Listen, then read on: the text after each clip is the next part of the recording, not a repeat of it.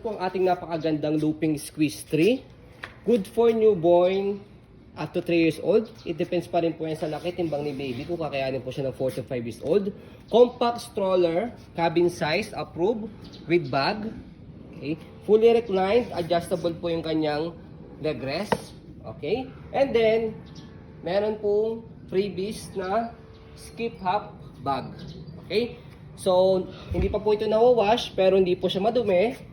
Wash nyo lang po siya and sanitize. Okay, kung hindi naman po kayo masyado nadudumihan, pwede nyo naman po siyang sanitize na lang ng maayos. Okay, so ito po yung details po niya one by one. So, all black po ito. Yan, black po yung canopy, yung higaan pa niya, pati po yung kanyang body frame. So, ayan po yung kanyang canopy. Wala po siyang faded, walang discoloration. Okay, so natatanggal po yan, di zipper yan. Para kung sakali, ayan, pwede nyo siyang palitan ng canopy. Okay? Kung sakaling next baby po ninyo is babae na, actually neutral color na siya, kahit hindi nyo na siya palitan. Pero kung gusto nyo siyang palitan na pang babae, color pink, meron po yung nabibili na accessories. Ayan. And then next yung kanyang upuan. Ayan. And higaan. Yan po siya. Close to light new condition po ito. So pwede po siya sa mga masiselan po. Ayan. Kompleto po yung kanyang harness pad. Okay, and then, yung kanyang belt lock, wala po siyang putol. Ayan. Okay. Galing naman sa front handle. Ayan, meron siyang zipper dito. Para kung sakaling gusto nyo po siyang i-wash, matatanggal po ninyo yan. And then, press nyo po itong color gray button pag ilalagay po ninyo si baby. Ayan. Okay. So, next sa kanya pong leg rest. Ayan yung kanyang leg rest. So, pwede nyo siyang ibaba. Push nyo lang po ito backward pagka nakaupo. Pag naman po nakahiga, push nyo lang po siya front. Okay? And then next, yung kanyang tapakan ng paa, which is yung footrest. Okay? So yung gulong, close to light yung condition. As you can see, hindi siya pudpod and then hindi siya naninilaw. Easy to maneuver. Ayan. Kung gusto nyo po siyang one way lang sa likod, meron kayo makikita color gray. Okay, iaangat po ninyo yun, ipepress nyo po yun, paangat, pababa. Ayan, pababa. Para, ayan, hindi na siya mag-swivel. Ang purpose niya kapag giheli si baby. Okay, baba nyo, angat nyo lang ulit kapag gusto nyo i-swivel. Okay, so kung sakaling gusto nyo tanggalin po ito, ipepress nyo po ito. May bakal dito. Ayan. Okay, so next, yung kanyang body frame sa right side. Which is makinis na makinis siya. Yan. And hindi siya nangangalawang. So next sa likod is yung kanyang gulong. Kitang-kita nyo siya, hindi siya pudpod.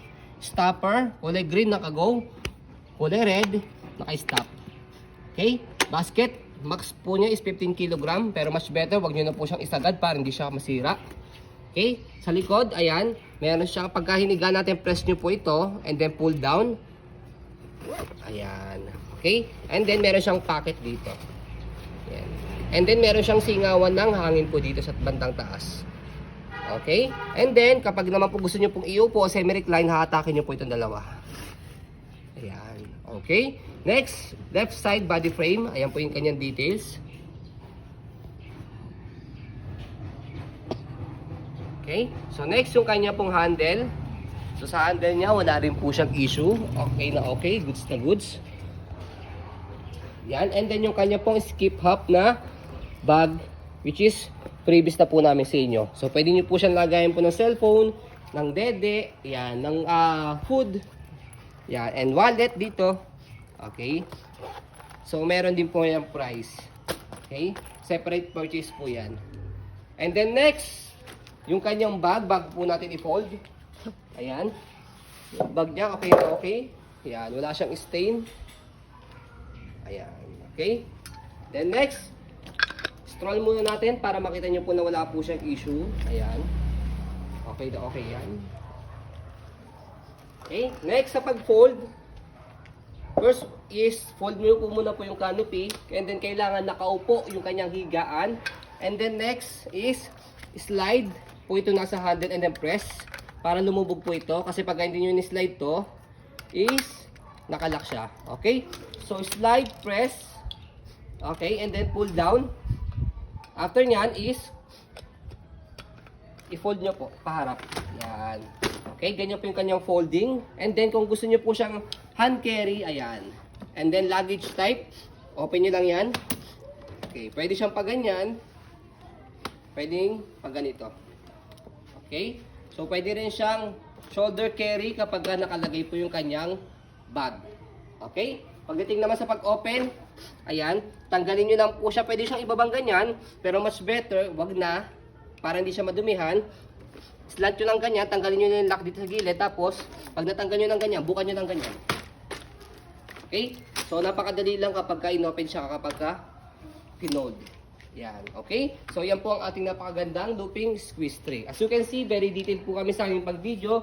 Kasi ang shop policy po namin, no refund, no exchange, what you see is what you get. So, yan po, maraming salamat. Have a nice day and God bless po.